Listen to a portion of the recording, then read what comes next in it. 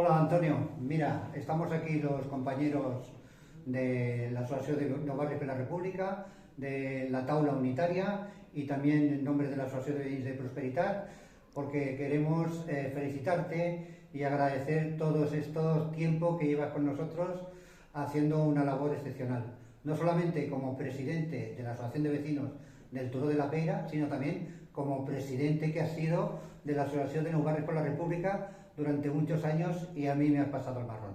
Pero bueno, lo voy a llevar con mucho orgullo, teniendo tu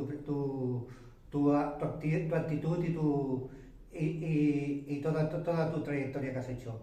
También desde aquí queremos felicitar al Archivo Histórico de Roquetas de estos 40 años que lleva y la labor tan fundamental que está haciendo de recuperación de la memoria histórica. Gracias a eso, pues nuestros jóvenes podrán conocer cómo se hicieron estos barrios y cómo se combatió.